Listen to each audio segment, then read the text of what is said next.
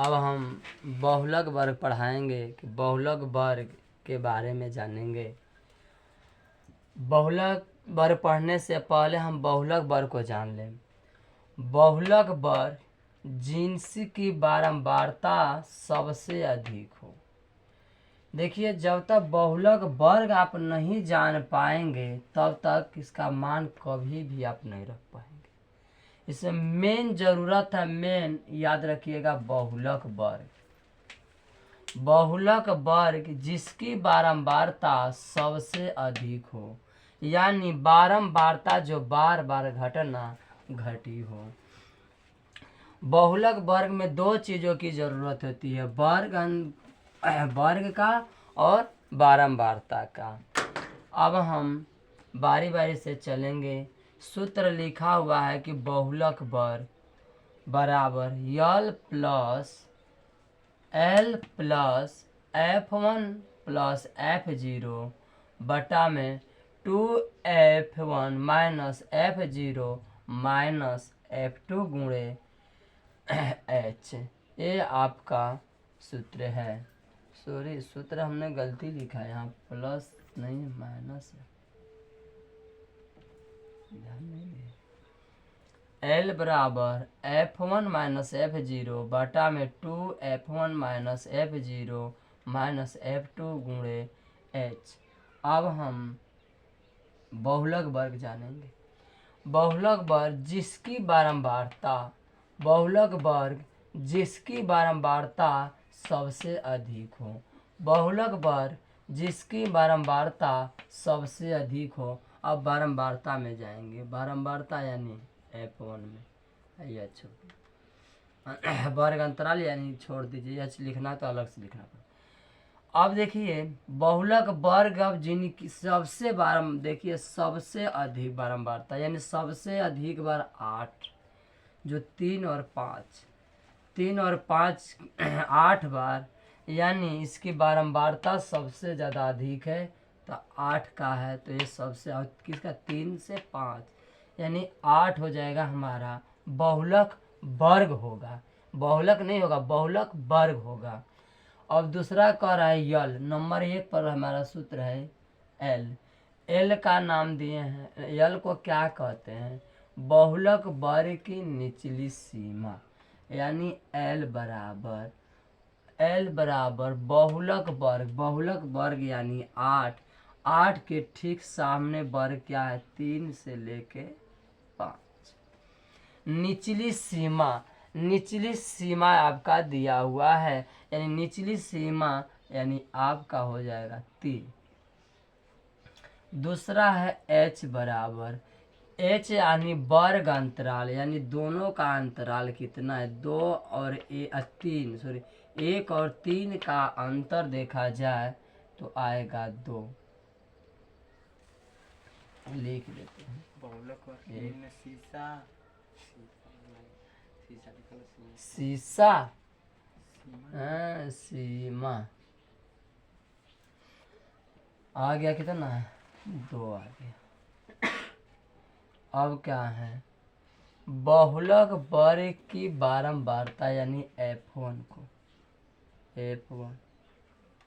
बोलेंगे बहुलक वर्ग की बारंबारता, यानी बहुलक वर्ग जो था उसी की बारंबारता यानी 8 है। अब हमारा आ गया F0 कर रहा है बहुलक वर्ग से ठीक पहले वर्ग की बारंबारता। ठीक वर्ग की बारंबारता, बहुलक वर्ग हमारा 3 से 5 है।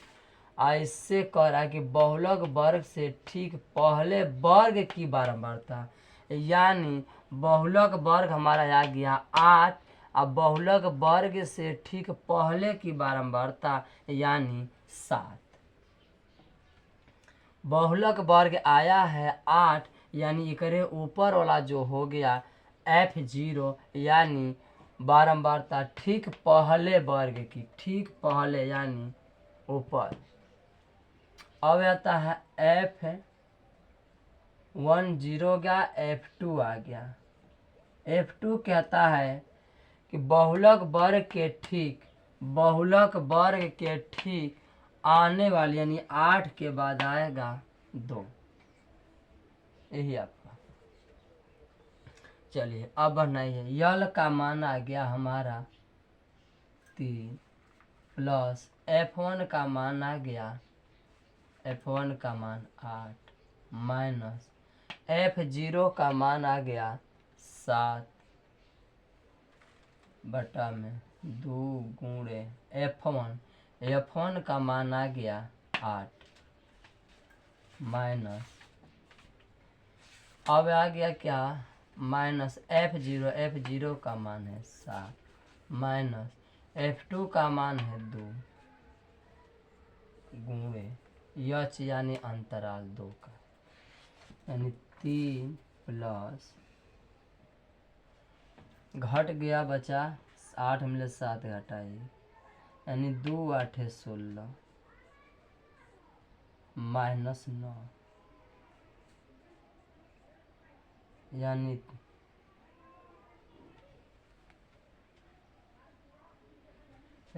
3 प्लस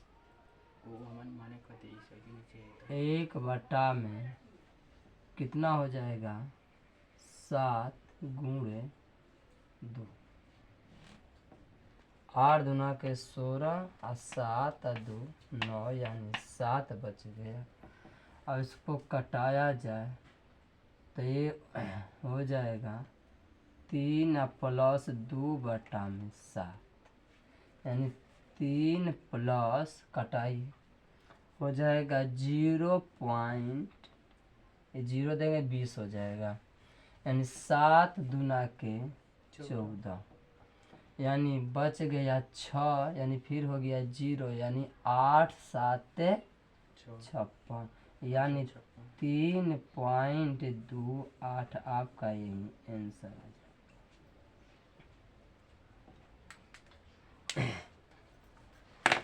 यही सबसे ज़्यादा ज़रूरत था, बहुलक वर्ग पहचानने का ज़रूरत है कि बहुलक वर्ग जो पहचान लिया वो अपना सॉल्यूशन कर लेगा।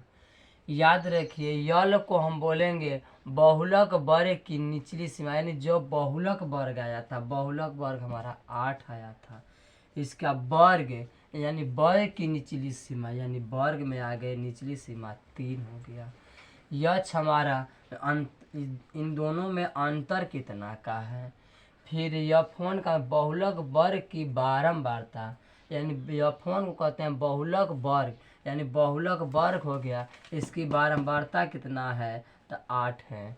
F0 का बहुलक वर्ग से ठीक पहले की बारंबारता यानी 7। फिर नीचे करा F2 बहुलक वर्ग के ठीक बाद में आने वाली, यानी 8 के बाद आएगा 2। यच बता दिए, सब कुछ बता दिए, 1 F0 सब आप सभी को समझ में आ गया होगा। ठीक है, गुड बाय, थैंक यू।